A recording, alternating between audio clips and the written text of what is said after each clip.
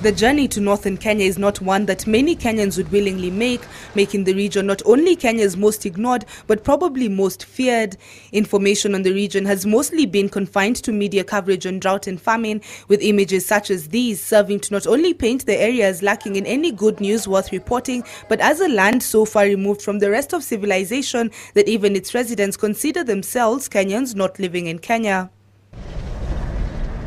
But for Zach Kihato, a driver guide with Game Trackers Safaris, the region is unfairly judged.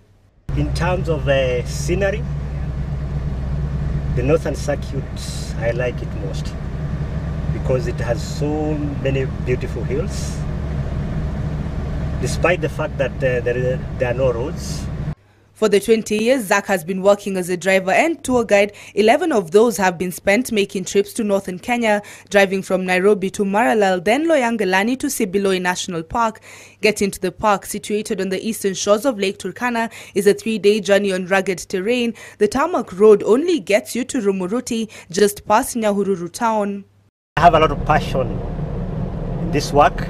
We have so many challenges in these roads, especially the northern circuit. So always you have to persevere. But while the distance and bumpy roads can put off many would-be tourists, the thrill of passing over and getting stuck in lagers or seasonal riverbeds is one that adventure seekers revel in, never mind that one of these could render you immobile for a whole day. Add to that the scenery and the trip becomes a memorable experience. When I was traveling to Lake Turkana, I got stuck almost the whole day. It was my first time. I had no experience of how to do it, and it took me a lot of time to do it. After that I became used. Now I'm well experienced. We had our share of this, at one point being forced to turn back after one of the cars got stuck in a lager, slowing our convoy by about 3 hours and turning our journey between Loyangalani and Sibiloi National Park into a 9-hour trip. It is a trip that takes you from animated conversation to exhaustion, but for photographers and bloggers, such experiences only serve as fodder for portfolios and blogs.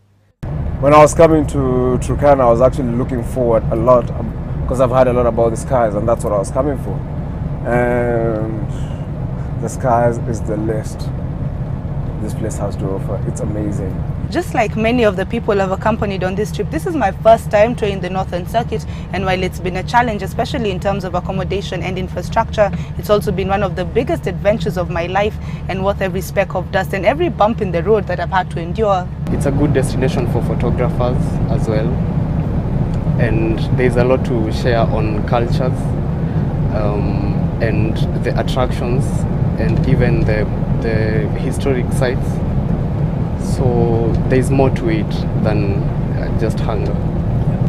Join me this Tuesday as we explore what have been dubbed the treasures of northern Kenya, a region acknowledged by historians and researchers worldwide as home to several World Heritage Sites, top among them the cradle of mankind. Wanjiru Gaitho, Citizen Business.